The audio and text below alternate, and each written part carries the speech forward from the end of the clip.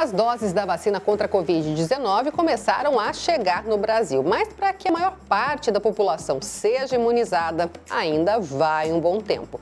Por isso, os cuidados ainda devem ser seguidos e à risca. Quem veio bater um papo com a gente sobre isso é a médica infectologista Simone Bonafé. Tudo bem, Simone? Tudo bem. Bom, vai um tempo ainda, né, Simone? Aliás, bastante tempo, né? Na verdade, as doses estão chegando, né? Veio menos dose do que a gente esperava receber.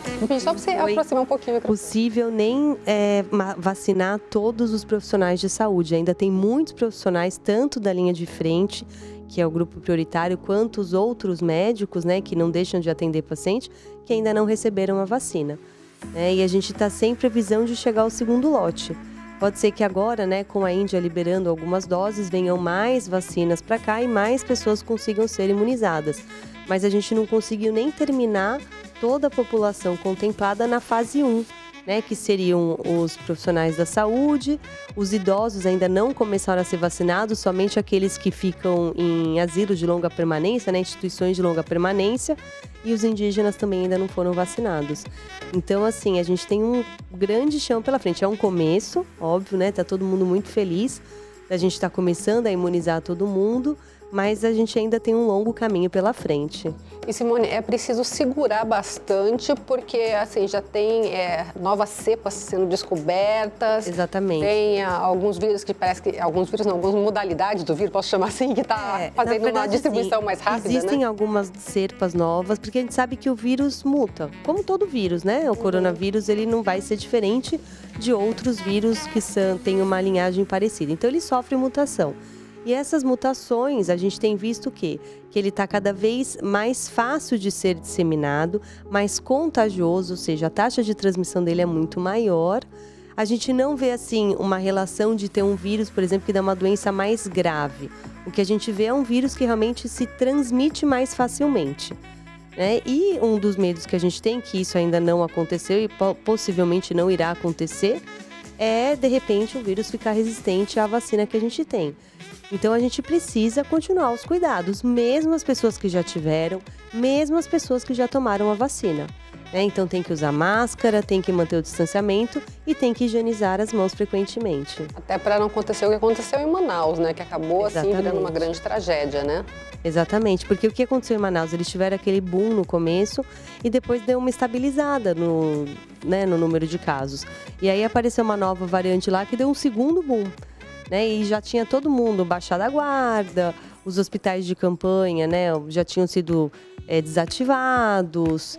Enfim, tiveram N fatos que aconteceram que levaram para esse caos novamente que aconteceu em Manaus, que é o que a gente não quer que aconteça aqui. Nem aqui, nem em lugar nenhum. Exatamente. Agora, embora não seja mais grave, o coronavírus por si só já provoca uma doença muito grave, né? A gente tem que lembrar disso, né? O que eu falo, assim, é que a gente não sabe quem é o sortudo, né?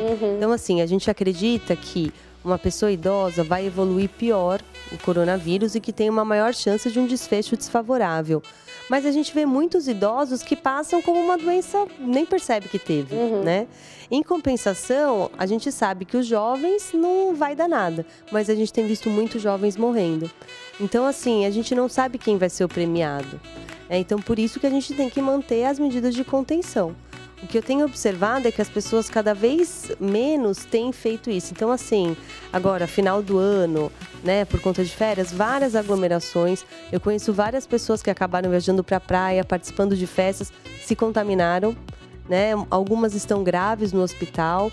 Então, assim, é uma coisa que a gente não pode baixar a guarda. É claro que está todo mundo de saco cheio, todo mundo quer confraternizar.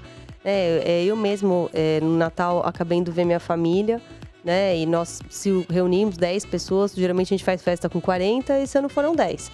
Então foi realmente só um núcleo menor, todo mundo se expôs, claro que se expôs, mas assim, uma coisa é você tentar encontrar aquelas pessoas que você está sempre encontrando, outra coisa é você começar a se juntar, por exemplo, numa festa com pessoas que você nunca viu na vida. Então, quanto mais você se expor, maior a chance de você pegar a doença. E, assim, às vezes você não tem nada, mas você passa para alguém que realmente vai evoluir de uma maneira ruim. E o que pode ser muito triste também, né? De pessoas ajudar, não ajudar a matar, mas assim, passar um vírus para uma pessoa da própria família que morre depois por isso. Exatamente. Eu conheço um caso de uma menina que foi comemorar o Réveillon com a família do namorado, uma super festa.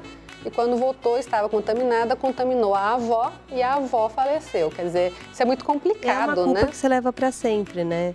Então, assim, eu acho que a gente não tem que também, vamos ficar trancada em casa sem botar o nariz para fora. Não, eu acho que tudo que a gente faz, assim, com parcimônia, tudo que a gente faz com segurança. Então, por exemplo, eu quero ir num restaurante. Ok, liga, faz a reserva, entendeu? Vai só você com teu núcleo familiar, não fica chamando a galera para ir no restaurante. Vai lá, almoça, janta, enfim, come gostoso, volta para casa, não faz aglomeração. Uma coisa é você chegar com uma reserva no restaurante, outra coisa é você chegar e vai ver se por um acaso tem mesa e ficar ali na porta esperando. Então esse tipo de coisa não é uma coisa boa de se fazer. Eu não sou contra sair, pelo contrário, eu saio, eu viajo também, mas eu acho que tudo assim, com muita responsabilidade. E apesar de tudo, de eu me expor, de pegar avião, tudo isso, eu não me contaminei até agora. Justamente por quê? Porque é sempre eu, com meu marido e meus filhos, o nosso núcleo familiar, que vai fazer tudo que a gente tem para fazer. E chegou num lugar, tá cheio, agora mesmo a gente estava na praia no final do ano, a gente foi numa das praias bem famosas lá de Santa Catarina, o pessoal sem máscara, andando na rua, e a gente de carro, eu até brinquei com meu marido, eu falei, você desliga esse ar-condicionado aí, não abre o vidro, porque não vai entrar ar de fora aqui. Porque era tanta gente na rua que eu me assustei. Eu falei, não, vamos voltar para onde a gente estava, que a gente estava num lugar totalmente isolado, sabe, com pouquíssimas pessoas, só a gente, e de repente você chega no meio da muvuca. Então, assim, e eu olhava e falava, esse pessoal, eu falei, eles não têm noção. Eu falei, não é possível que tenha esse tanto de gente aglomerada junto, andando na praia sem máscara, numa situação como essa, como se não houvesse Covid. E tem dado certo, né? Por enquanto, eu também não peguei ainda, embora tenha vindo trabalhar todos os dias e tal. Não frequento muito restaurante, mas assim, tem dado certo, por enquanto, as medidas que nós estamos tomando, né? Então... Não, a medida é assim, se você quiser nunca, não vou tomar vacina, ok, é um direito seu. Eu recomendo que tome, mas assim, ninguém vai te obrigar, né? Ninguém vai pegar você na sua casa e enfiar a agulha no seu braço. Mas assim, se você manter as medidas de contenção, distanciamento, uso de máscara, lavagem das mãos, você não vai se contaminar. Agora, a partir do momento que você quebra isso, e o principal quebra é justamente quando você encontra com outras pessoas e tira a máscara. E aí fica próximo, aí começa a conversar, e aí esquece da vida. É nesse momento que uma pessoa passa para outra. Ficou daí, baixou a guarda total, exatamente, né? a hora que você baixa a guarda. E assim, Simone, pelo que você tem visto, a vacinação para todos, pelo menos a primeira dose, você acredita que mais ou menos quando? Então, na verdade, assim, a gente não sabe porque a gente não tem... Todas as doses que tinham disponíveis foram distribuídas pelo Brasil, né? Então, assim, aqui em Maringá, a gente esperava receber ali em torno de 9 mil doses. Lembrar que essas doses não são só para Maringá, é para toda a regional. E acabaram vindo bem menos do que a gente esperava. Então, assim, a gente teve que reduzir ainda mais esse número. Então, por isso que eu falei para você que nem os profissionais da saúde, 9 mil doses não daria para todos os profissionais da saúde, né? Mas pelo menos daria para todo mundo de hospital. Tanto que os hospitais estão tendo que priorizar quem vai vacinar. Né? Então, assim, vamos vacinar a Covid, vamos vacinar UTI Covid, vamos vacinar pronto-socorro. E é isso aí. Entendeu? E os outros vão aguardar a segunda remessa de medicação, de vacinação. Pra você ter uma ideia, eu ainda não tomei a vacina. Eu também estou aguardando, apesar de ser infectologista, como eu não trabalho dentro de hospital, né? Eu trabalho só no consultório, eu estou aguardando o segundo momento, porque realmente tem pessoas que acabam tendo muito mais contato do Covid do que eu não atendo, no consultório eu atendo, mas tem pessoas que entram todos os dias, por exemplo, numa UTI Covid, que é mais importante essa pessoa estar vacinada do que eu, que acabo pegando casos uma vez na semana e casos mais esporádicos, né?